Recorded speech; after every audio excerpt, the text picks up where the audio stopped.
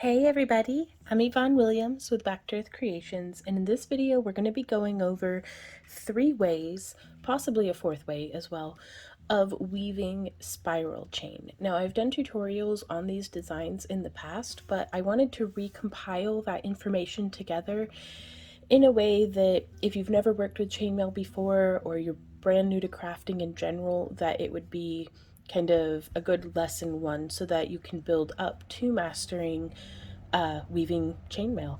So we're going to be starting with just a very basic spiral chain. Now let's zoom in here so that you can see what's up. And I will have links for all the tools, materials, and other videos mentioned down in the video description.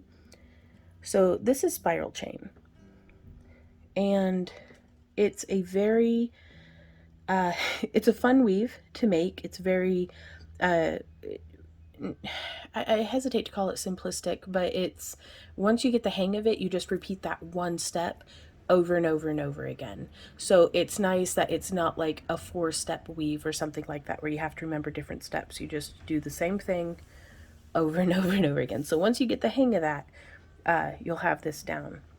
Now you'll notice whenever there's no tension on it, it kind of doesn't really look like anything.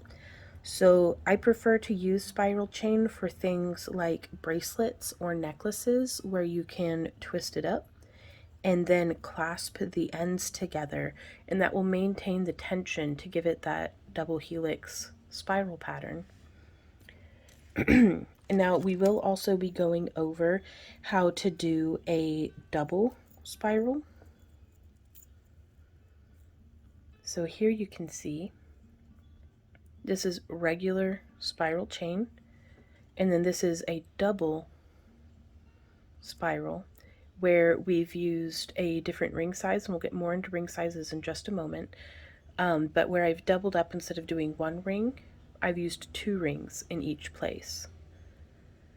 And then there is also another weave that will, or another version of the spiral chain that we'll be covering, and that will be how to do 2 spiral chains twisted around each other, and that's much better for earrings or something of the sort. That way if you leave this hanging for an earring just as a single spiral, it's gonna come untwisted, whereas if you do the 2 spirals together, it will maintain its shape. And it's a great way of being able to do like 2 colors, like complementary colors, or if you're trying to do maybe a gradient or something, it's pretty fun. And I'm also going to show y'all how to incorporate beads, so that way if you're doing a necklace like this, or a bracelet, or even an earring, if you wanted to do like a drop hanging down, it maintains the spiral shape of the chainmail. So if you're brand new to chainmail, the kit that I recommend is this kit. I got this one on Amazon. There will be links down below. It's less than 30 bucks, which is awesome. And you get the organizer, and it has the ring sizes here on the inside. But also, I highly recommend purchasing from the Ring Lord, or in this case, Chainmail Joe, who I find has the best prices on bright aluminum, which is what I'm using here today. Now, I don't know how well you can see this.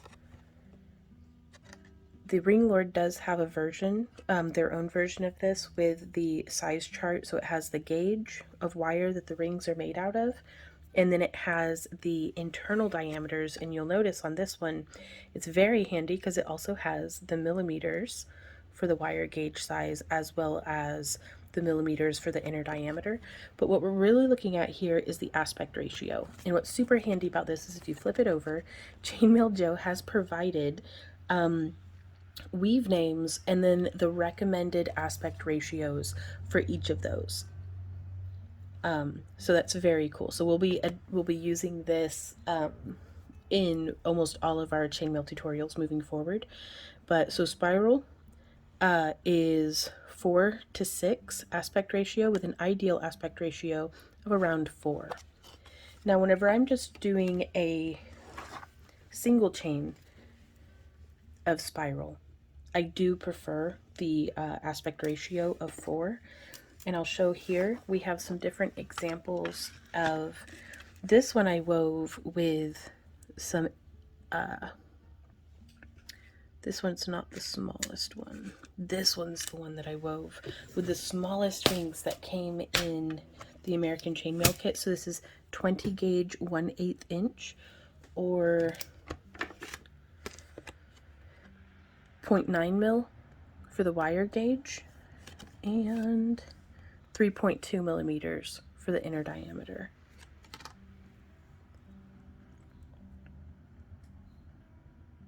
And it just made it a little too tight. Like it's not quite, sorry, let me zoom in.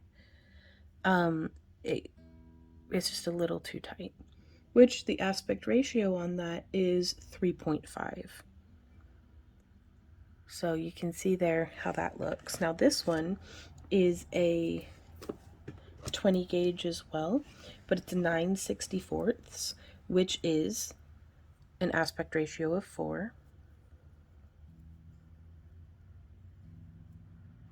And you can see there, it maintains, like, it has such a nice density. So I don't recommend going smaller than a 4 on the aspect ratio.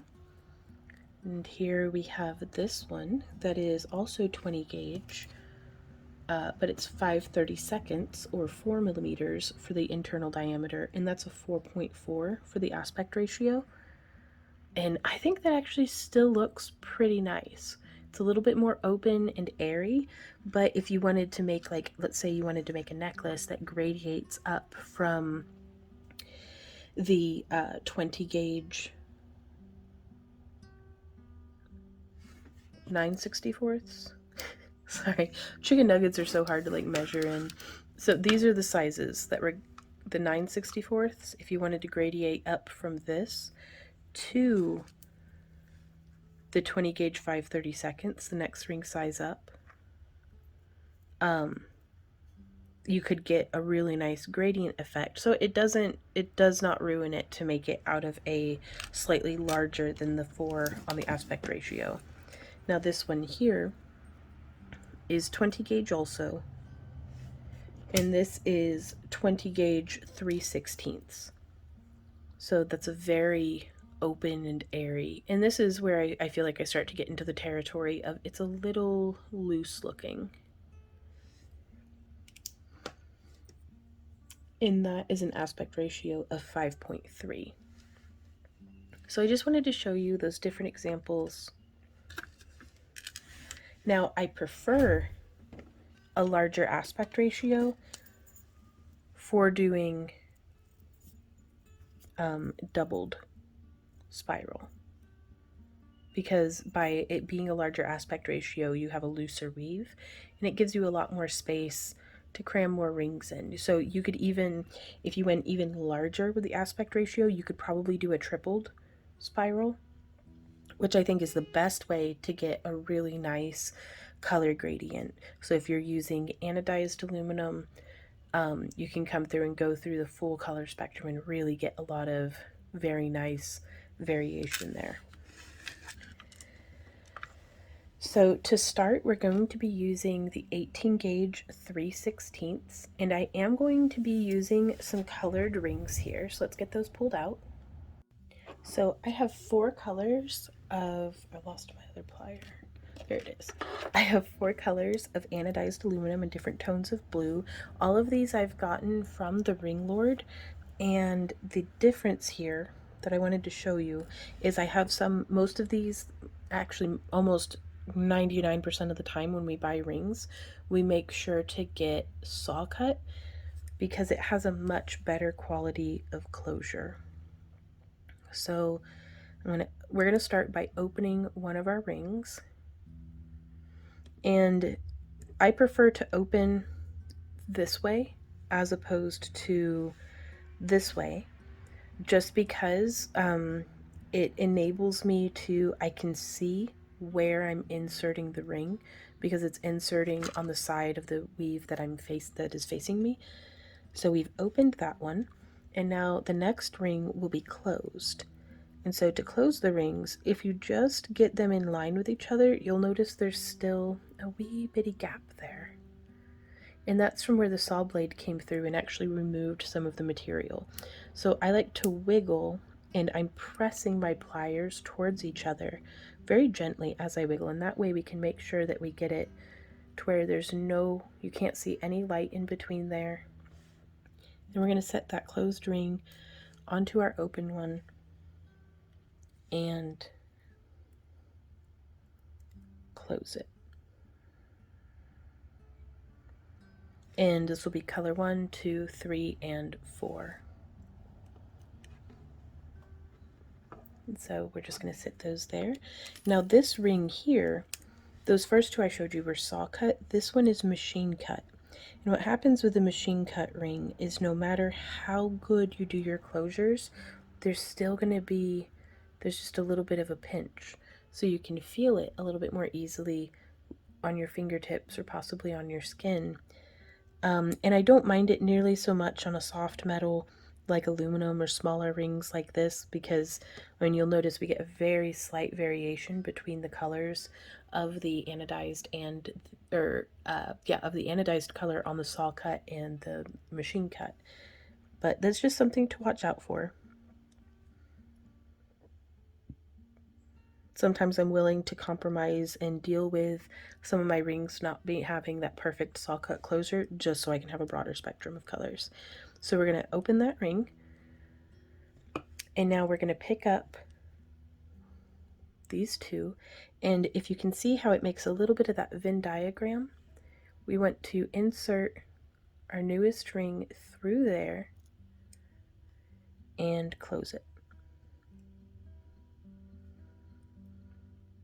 And now you can see how they're stair-stepped. 1, 2, 3. If this ring were turned like this, that doesn't really look like anything. So we're just gonna turn it and make sure that they're stacking on top of each other.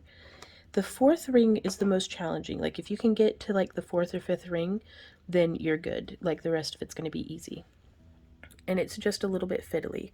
I like to hold between the tip of my thumb and the pad of my first finger to just hold that little bit of pressure on, because I just want to hook through the two most recent rings that we had added. Just like that. And we're going to close it. Now again, whenever you're first starting out, it's such a good idea to keep holding on to that ring that you just added, by the way, and to twist. And it's like, okay, that kind of looks like something. The spacing isn't perfect yet, but if we twist it the other way, yeah, it doesn't really look like anything. Like, it's kind of fiddly and awkward. So we'll just twist. And if it helps you, I'm adding the new rings. They're stacking towards the back. And so now I'm going to set that down. Because sometimes, like, I like to not drop my project because then I usually lose my place. But it's good to practice dropping your project so that you can become familiar with what you're looking at and to how to recover. So I'm just going through and opening up some of each color.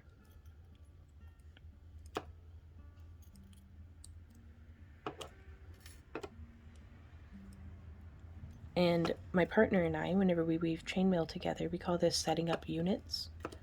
So for spiral, the units are all open with one closed on the first one, is what I would say to him. And he'd go through and he'd set this up on like a little tile or work surface. Then he'd scooch it over to me so I can weave it.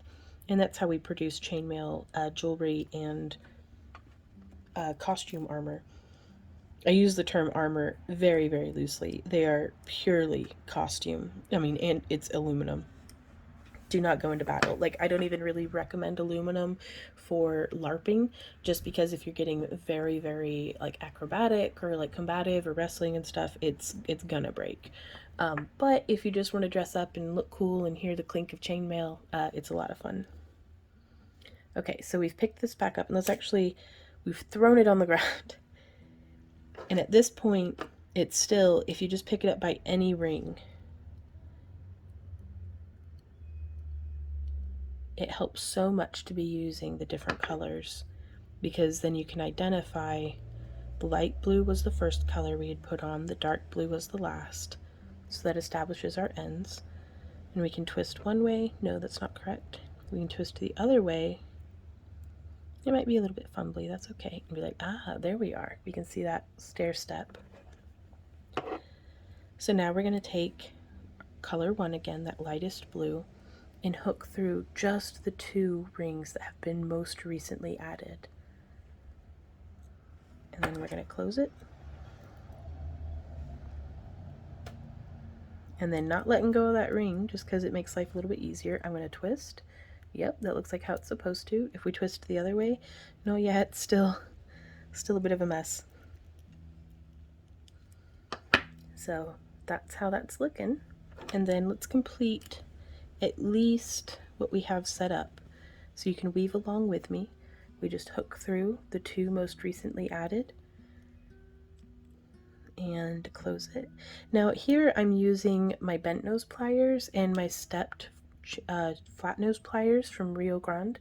They are linked down in the video description. This is just how I like to hold my pliers. Some folks like to use their bent nose pliers this way. Some folks prefer to use 2 chain nose pliers. What is best is what works best for you. So I do recommend getting some inexpensive pliers and testing it out. Typically when Randy and I, that's my partner, when we used to teach at conventions, we would teach hands-on panels for how to weave your own chainmail. This is the style that we would teach in the level 1, and then in level 2 we would get into like the European foreign one and stuff that's a little bit more kind of dealing with more at a time. And that we felt was a great opportunity for folks to try out the different styles of pliers that we had. But that's more difficult to achieve here online. And then close the pliers, twist it. Nope, that's the wrong way. And so we'll twist it the other way. Well, it's still the wrong way. So, oh, we just need to twist a little bit further. There we go. Now let's do the next run of colors.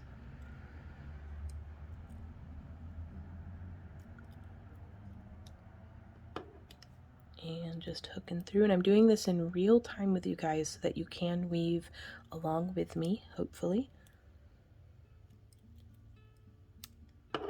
I really like spiral chain for any design that can be closed. I had started to touch on this earlier, but it's because the very first time I ever actually saw chainmail was at a Ren fair, and I had purchased a hand flower that it had chainmail on it, but I didn't recognize, but there were some little links that were connecting like gemstones, little segments of chainmail connecting the gemstones, and they were spiral chain, but I didn't realize that until years and years later, because the way that they'd been attached, they had lost their tension, and so it just looked like a jumble of rings. Now it was still super cute and I loved it, but I prefer spiral chain for stuff that is going to definitely hold its shape. So bracelets, necklaces, badge lanyards for if you go to a lot of conventions.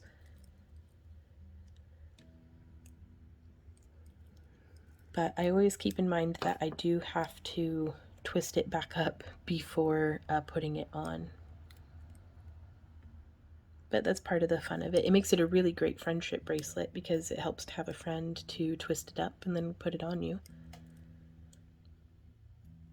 And then this is our last ring for this. I was hoping to get this long enough that I can demonstrate how, if you have multiple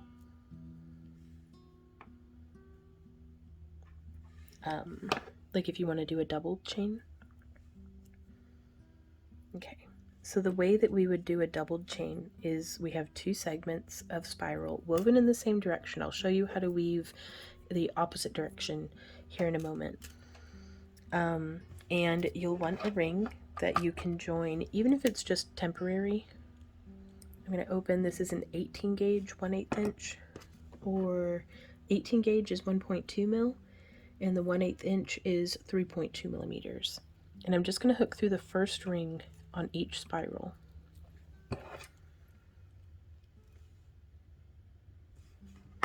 And you could tack this down, or I'm going to see if I can't use a safety pin. Sorry, I don't mean to bump the tripod.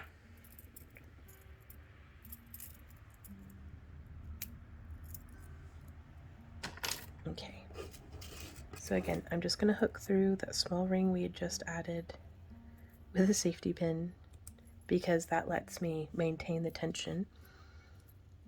And now I'm going to twist and then twist, and these two chains will just start to nestle in beside each other. Now this is much better demonstrated on a longer piece.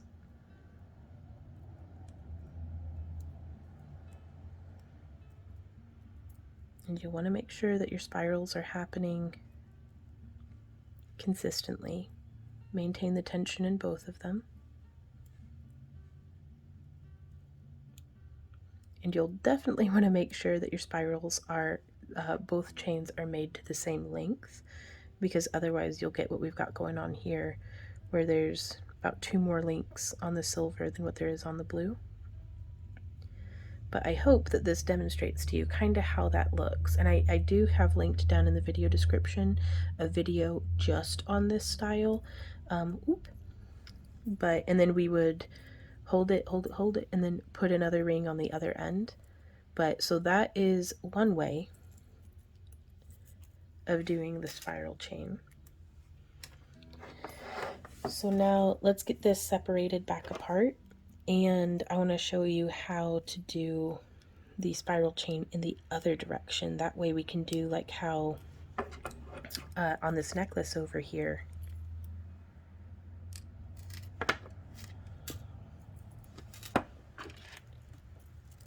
whenever you have the two spirals wrapped around each other, or the spiral chain wrapped around a length of beads, it holds its shape. Like, you don't have to worry about that coming unraveled. It's gonna stay like that. And since there's a focal point on this necklace, I wanted to make sure that, like, if we could have it mirror, that would be so cool. It's not essential, but it's just a nice thing to know how to do. And so to do that, here we have our segment of chain that I'd actually made for this necklace. And we want the chains to be mirror image. Now, when they're a mirror image of each other, you're not going to be able to spiral them around each other like how we just did. And to do that, let's go ahead and set up more rings.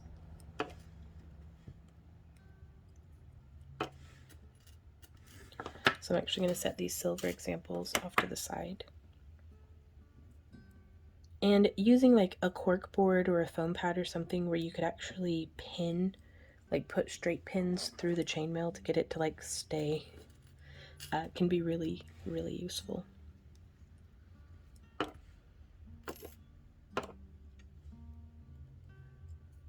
And if you don't have this same ring size that I'm working with here, that's all right. Again, anything bigger in aspect ratio than an aspect ratio of 4 works fantastically. Is that? Yeah.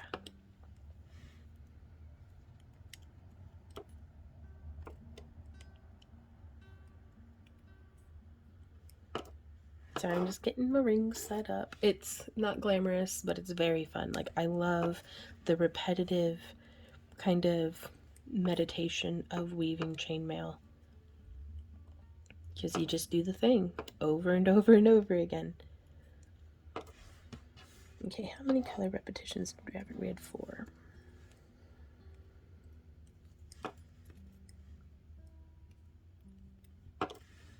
Because spiral chain hybrids really well with, like, we could do beads on memory wire. That may actually be, if I can scrounge some up, that may be what we cover. Okay, so I started by opening all of them. I'm actually going to take this second blue ring and close it and put it there on the first.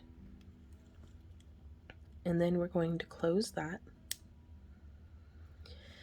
And now my tendency was to layer like this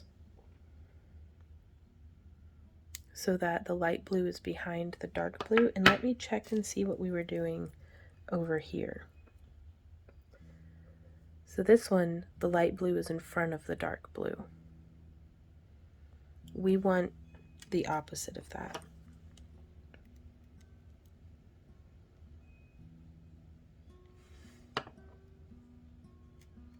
So I want the light blue behind the darker blue. I'm going to zoom back in.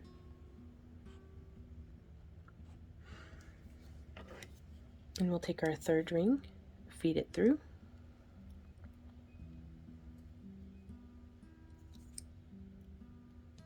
And then stack it. So if your stairs, there's stair steps on the other one, we're going doo doo doo up. On this one, we want to be going downstairs. So again, we just find the two most recent rings we had added and hook through them.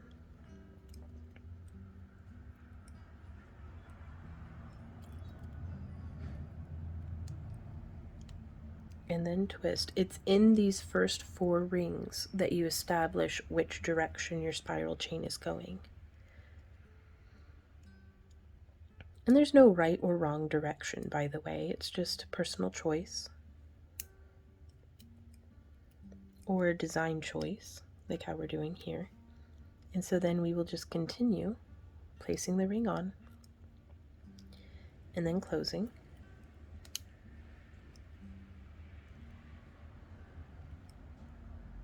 Whoop!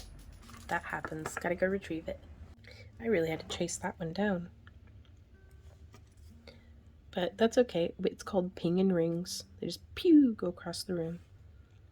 So we'll just line everything back up and keep on weaving. Now at this point you could, ooh, I actually added it to the wrong end. You could add it to either end and it still continues the weave correctly.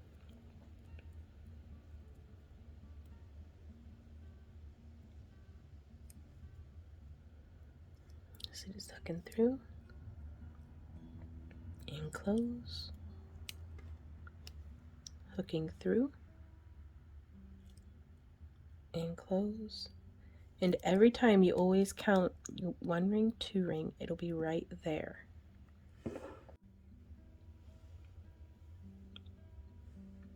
So hopefully you can see here, we have 1 ring and 2 rings, so it'll be, whoop. It's kind of tricky trying to do this without my hands in the way. It'd be right here through that second ring. So you can ignore everything else, especially since it's just going to be floppy and weird anyways. It's just 1, 2, space.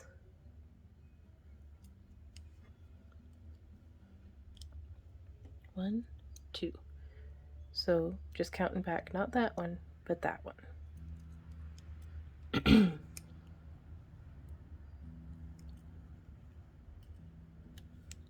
Then, yep, boop. So the more you practice, the more you'll get the hang of it. If this is your first project, just focus on having good closures, because so much of that is, so much of chainmail is just the quality of your closures. Now also I wanted to demonstrate, whenever I open rings, just in case this is the first chainmail tutorial of ours that you've watched, when I open them, I do prefer to open like this because it puts less stress on the ring and deforms it less than if we were to, like, you can close it you can close it back without any problems. Whereas if you have, I'm going to do this to one that isn't anodized. Whereas if you take the ring and open it like this, you know, even if you just open it, that was an exaggeration, but even if you just open it, I mean a bit, it makes it very difficult for it to return to a nice round shape. Oh, I'm just dropping them all over the place. So it's really tricky. Even if you go back to opening and closing the other way, it still makes it, and you can even use your pliers to try to smush the ends back into alignment. And I think you might have a much easier time opening it this way as opposed to that way. So I'm just going to continue these last 4 rings, and then we'll compare them side by side to see how they mirror image each other.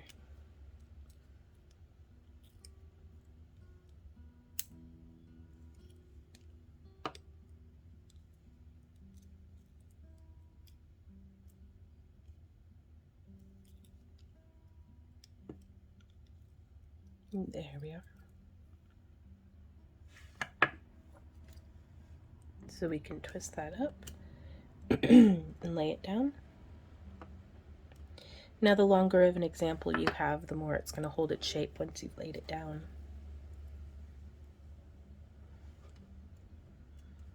But so you can see here,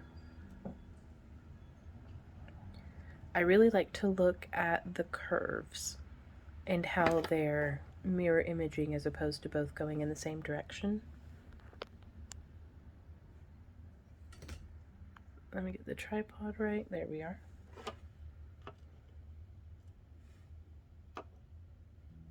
So I do hope that that's helpful to you in being able to set up mirror imaged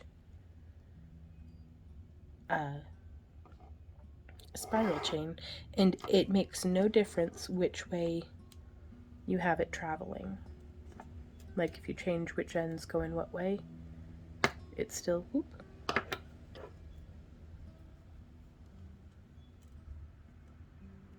still mirror imaged. So again, if I had made longer example pieces, that would have been much preferable. So I'm going to set that off to the side. I'm going to scooch these piles over yonder because I'm actually going to finish both of those into bracelets, I do think.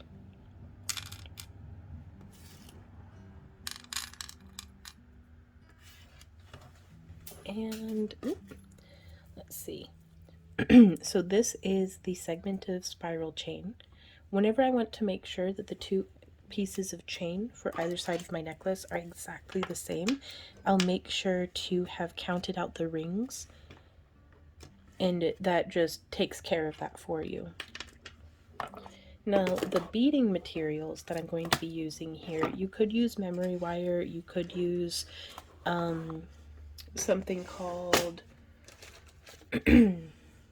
Fireline, which I think is better for like seed beads and very, very fine, like actually doing beadwork, not just stringing beads. So I don't mind the bead-along. If I could get something that has, like, I've gone as high as like a 42 strand, but the 7 strand doubled up seems, what even? Oh, it's got, I must have spilled some beads that stuck to the, okay. So I was like, this just crapped beads all over me. Oh, goodness. I'm going to use this 7 strand stuff because it is mega affordable and it holds up pretty well, especially whenever I double it in half, like how we're going to be doing here. So, if you follow along with our wire wrapping tutorials, here I've made a double looped wrap, like wrapped wire wrap link with a 10mm amethyst and 2 4mm beads, but you could just connect this directly to more chainmail. And I do have our other link set up here. If you're interested in learning how to wire wrap, I do recommend checking out those videos. We take you from complete beginner to the whole goal of our masterclass series is to teach you everything that we know in a comprehensive way that builds on itself for free. So, yay! That would have been so nice when I was first starting out. So here we have 2 of those 18 gauge 1/8 inch or 1.2mm by 3.2 millimeter. So it's a 2.6 aspect ratio, but that's all right. And I'm going to make sure that they are both closed as well as I can close them. Now you could be using any bead that you like whatsoever. You could also use just like a length of chain or a length of leather cord. Like, the variations here are infinite. I'm using size 8 seed beads. They are Dynamite brand, which is, it's good, but they're kind of irregularly shaped, which I personally love, but some folks who do like loom work with beads, these are less than ideal for that. But I personally really liked the nice organic, chaotic, different sizing of them, and I'm rummaging for I gotta rummage. So this is a little pack of crimp beads, crimp covers, and wire guards. I'm just going to be using the crimp beads, and we'll only need 2. For, let's say if this were a bracelet, the techniques are exactly the same. And I'm going to be honest with you, I do have this linked down in the video description, and it's not horrible. The crimp beads work well, and the wire guards work okay, but the crimp covers are not my favorite. They are very, very stiff. So I will have linked this in the video description, as well as if you want something slightly more expensive but definitely better results, that will be linked down there as well. And you'll also need crimp pliers, which are very specific because you can see they have like a little kidney bean shape and a little oval. And you'll need that, and we'll show you how to be using that here in a moment. So I'm going to take the cover, loosen it, there we go. And I want more than enough by double of this wire. And then I'm just going to snip it with my flush cutters. And then I'm going to fold it in half. And I'm going to thread through this ring to the halfway mark. And then we will thread on our crimp bead all the way. I want to give it just enough room that it does have a little bit of wiggle. Like, I don't want to be cinched up on it, but I also don't want this to be like floppy and too loose. So I'm zooming in real far now. Sorry, I touched the camera, so now it's shaking. And I'm going to come in here, and you can see we have our 2 wires. And I want to use the kidney bean side to smush and pinch those wires. If we can get one on either side, that makes me very, very happy. Smush, smush, smush. And then I'm going to take this and I'm going to put it in the other side and smush, smush, smush a little further. Now, oftentimes, just to really cinch the crap out of it, I'll come back and do that again. So these crimp beads are a little big for this cord, but I like crimp beads that you can fit more through if necessary. And so what makes this less than ideal is the sharp corners here. On this design in particular, that's not going to matter as much because that is enclosed in the weave, so it's not actually going to be pressing up against your skin at all. But it's something to watch out for. And now the 2 colors that I'm using, and this is entirely personal preference, I'm using purple and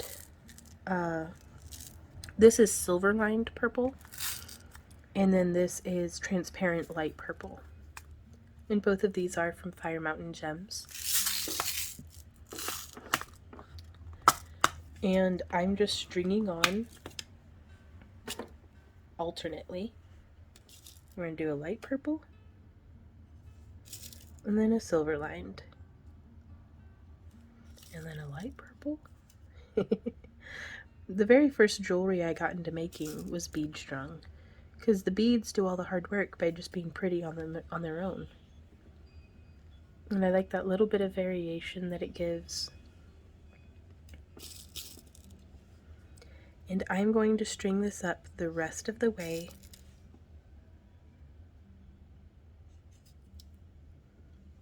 Actually, before we get too far, I do want to go ahead and you can see here how we have this connected. That's the loop.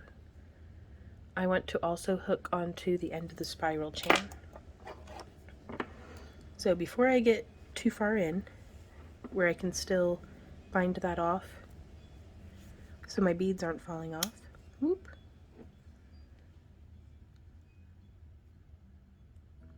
You know you did a good job when you're having a hard time finding your closure. I'm going to go ahead and open that. And it doesn't matter which end of the spiral chain. Just make sure you are getting the very tip bead, or tip ring. And then give that a close. So this is what it's looking like for now.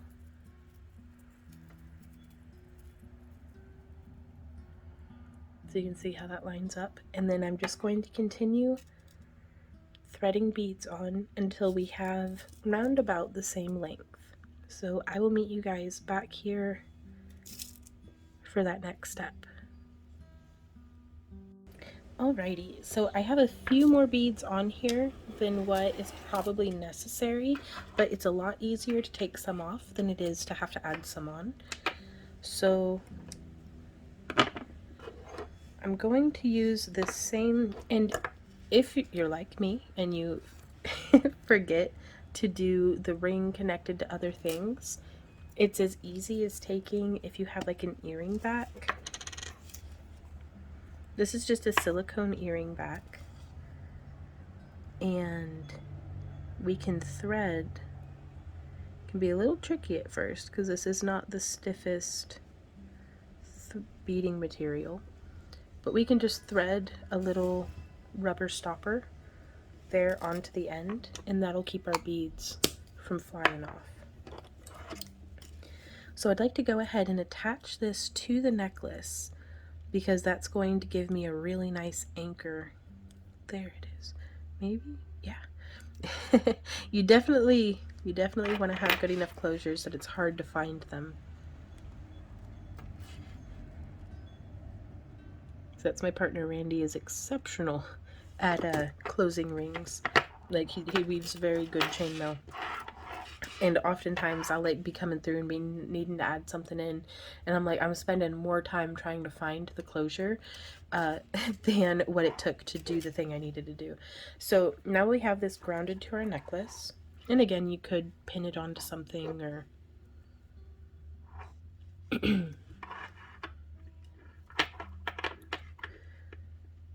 any sort of thing just to stabilize it. And now we can wrap. You can kind of follow that groove of the spiral chain around.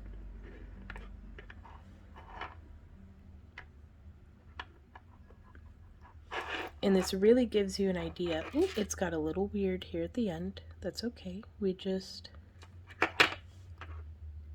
Excuse me.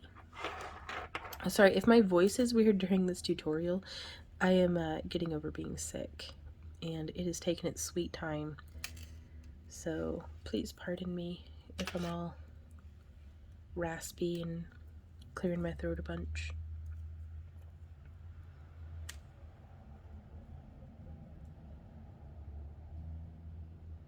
There we go. So again, it always gets tricky for me at the ends, but just stick with it. You'll get the hang of it. And I want to make sure that oof. If we put the tension on too much, the right here tends to climb up that ring. And we really want everything hanging correctly right from the beginning. And this is definitely the sort of thing where having more than one hand, like one set of hands, would come in handy. Just for maintaining tension in a couple of different directions. There we go. But yeah, if I push down on this, do you see how that kind of scrunched everything up there at this end? So you kind of want everything nice and... There we go. Laying correctly. That's a bit more space than I had needed.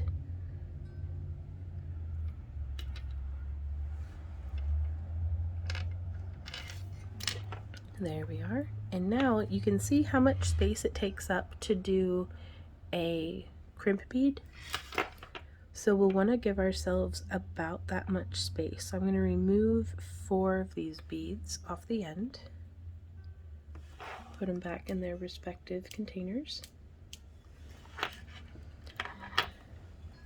And I have this ring closed. So now that I know, and that was a bunch of fiddling just for us to let it go. But that'll be alright. I think I'm gonna risk putting back on one more ring. I'd rather it be a little long than a little too short.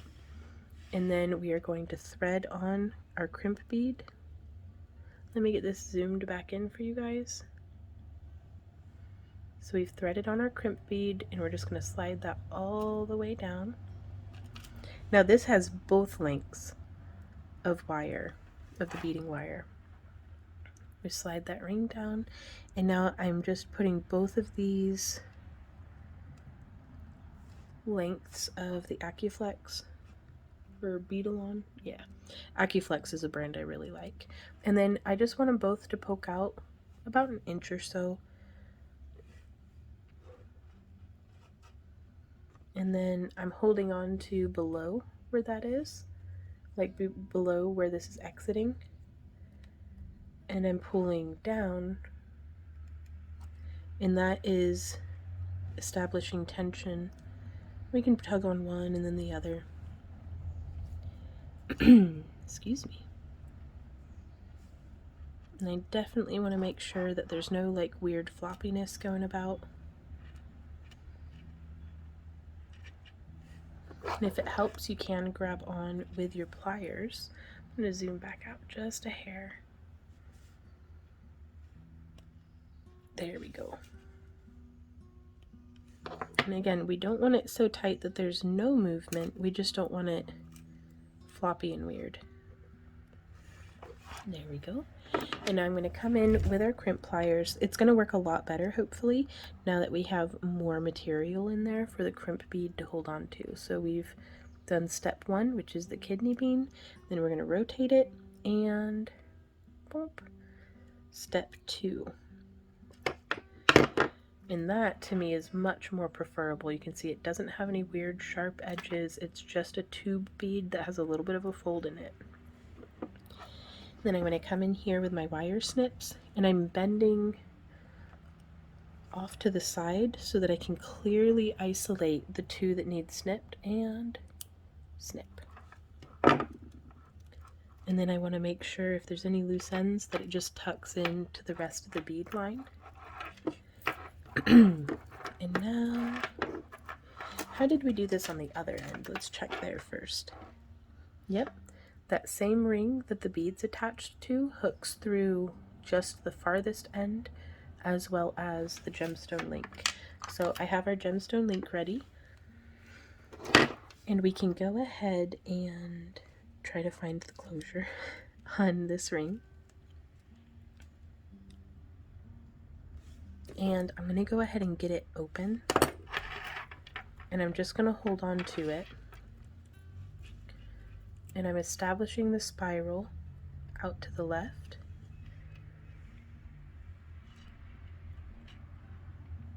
And as I twist, it's twisting the whole necklace, and it's following that line of beads up. Whoop, until we get to there.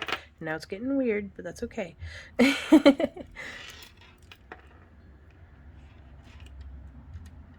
And so now we've twisted it around, and we're going to hook through that end. The more you practice this, the better you will get at it. Whoop! Slid off my pliers, but that's okay.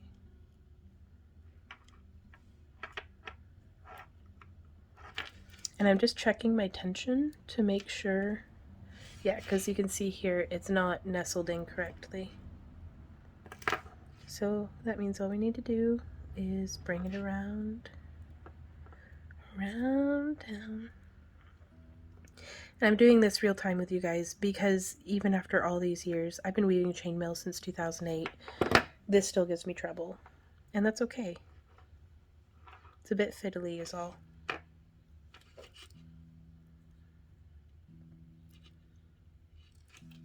There we go. And so now, yep. And now we can close it. Worst case scenario, it doesn't line up right, and you just open the ring and reposition it and do it again. Yeah, which looks like that's what we're gonna have to do. So, bringing this around.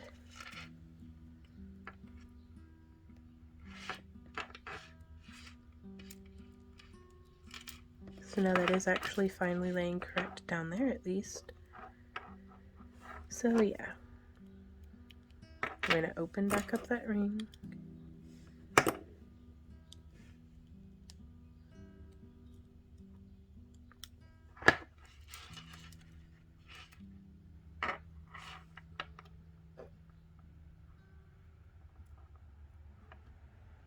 As fiddly as it is, I still think it is definitely worth the effort because personally, I love the result. Okay, I think we did it. In which case, let's go ahead. We didn't need to have opened it again to add the bead link anyways. So add that bead link. Close that ring. Sorry for any blurriness. And double checking it. Yeah, that looks good. Yes. And let's see if it looks nice and mirror imaged.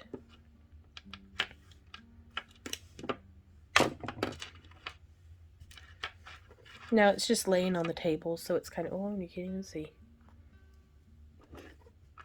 So it's kind of laying a little odd, but once you get some weight tension on there, it hangs just fine. And you can definitely see that is mirror imaging. Oh, I love it. So that's how I incorporate beads in with our spiral chain. And up next, I'm going to show you how to do the spiral chain with 2 rings in each, and hopefully demonstrate how cool of a color gradient you can accomplish with that technique.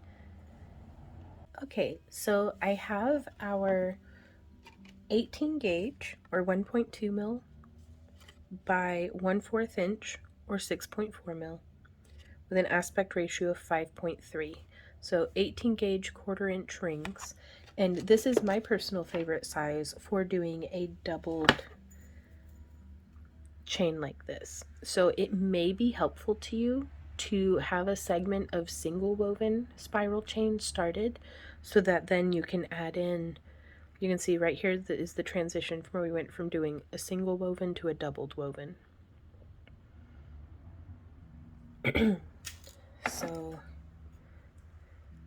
I had it set up for just establishing the color gradient, but I'm going to close 2 of our orange and put them onto 1 of our red. And I'll pick up that red and close it. Pick up our second red, reinsert it right where we just had, and then close it. I'm going to see if I can zoom in just a bit. Hopefully keep it nice and focused up for you guys. And then, so that's what we've just done. I'm going to put both red rings off to one side, and then we can twist just a little bit so that we can try to find that Venn diagram between the red side and the orange side. And that is where I'm going to insert one and then the other. Well, that's gone forever. Penguin rings over here. That's where I'm going to insert one and then the other of our gold toned anodized aluminum rings. So there's one and two.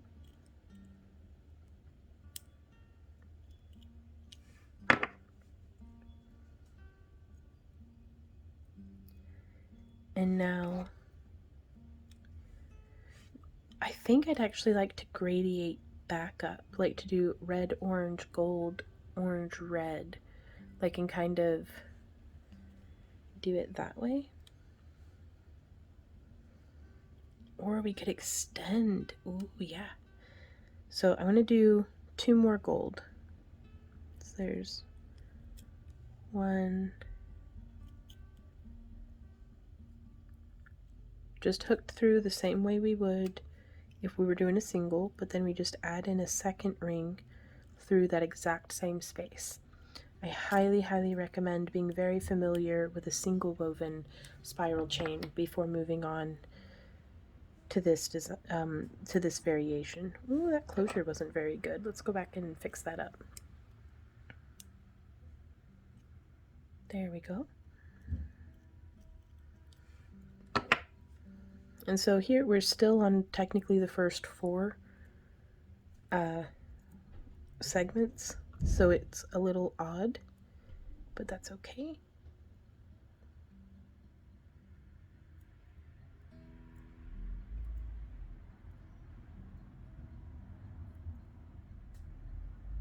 There we are, and we want to get it twisted around so that those gold rings are sitting next to our other gold rings. And now let's gradiate back up to the orange. So there's 1.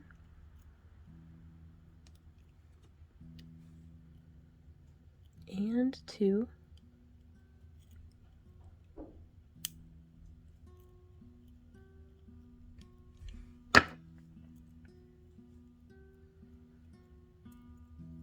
And we want to make sure that we're not hooking through any of the other rings.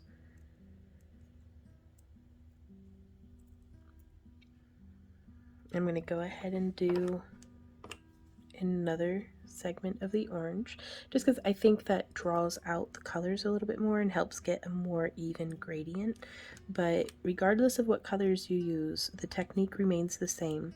So the anodized colors, or if you're using stainless steel or something, it would actually look really cool to do like silver and copper, like, oh, that'd be really neat.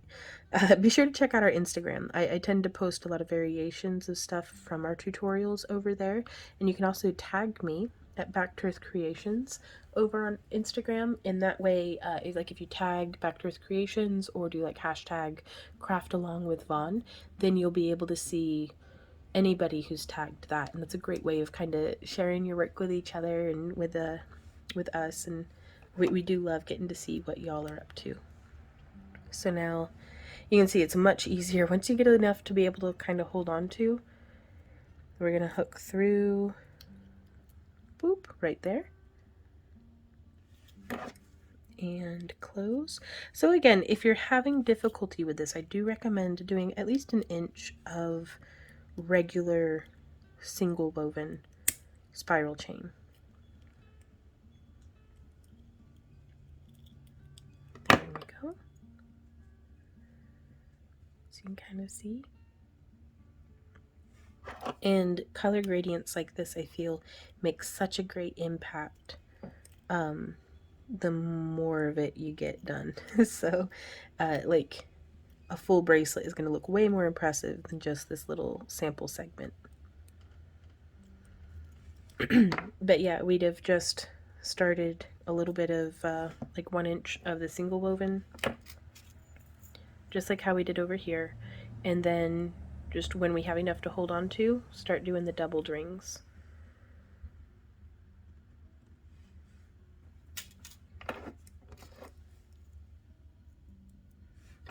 And now we'd go back down to the orange.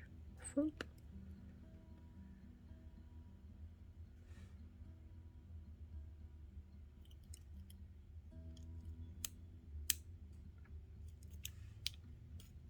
And I think I'm gonna do, not in the video, but just for my own personal, so I can see which I like better. I'm gonna do one bracelet that's red, orange, yellow, or like gold, and then it just repeats red, orange, gold, red, orange, gold, red, orange, gold. And then this one is gonna be red, orange, gold, orange, red, orange, gold, orange. So, and see which one I prefer, because you never know till you try. And be sure to get pictures of everything too. If you do it, like we used to do a whole bunch of custom work for people in our booth, and if I was able to, you know, show someone pictures of like, this is an example of this style of color gradient versus this other style. So even if they're getting it done in like blue or green tones, they can still look at it and be like, I like that style of gradient better than that one. So the more examples you have to show clients, the better. So, oh, we did do another segment of orange. So this is definitely going to be burning through the orange rings more than anything. That's all right though.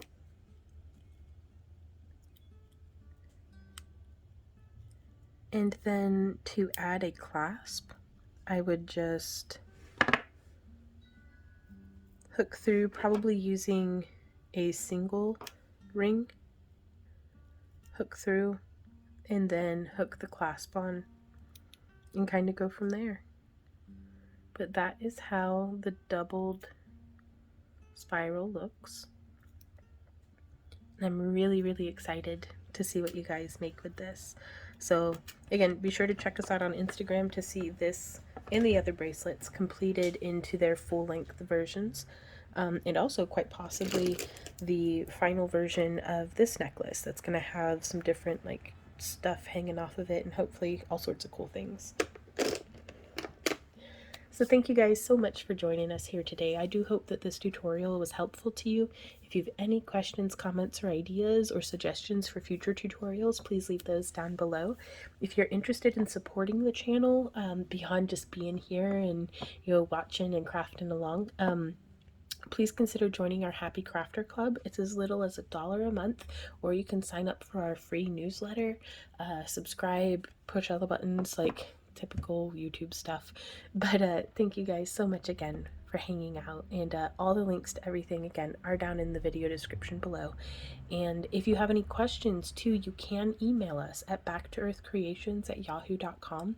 We live to be helpful to y'all. So like, you can attach a picture and be like, this is what I made and I feel like something's wrong with it. Like, can you pinpoint? Like, it helps us so much if you attach pictures whenever you're asking questions about projects. And also if you have like specific questions, because I've had some folks email us and be like, hey, I'm starting a jewelry business, what should I do? And I'm like, that's such a broad question. I don't even know where to begin. Whereas if you're like, hey, I'm starting a jewelry business and I don't know where to buy materials, or, you know, like, just if you pinpoint it just a little bit for us, that helps get us kick-started into pointing you in the right direction and being as helpful as possible. So we look forward to seeing y'all in our next tutorial. So until then, you guys, happy crafting. Mwah! Bye.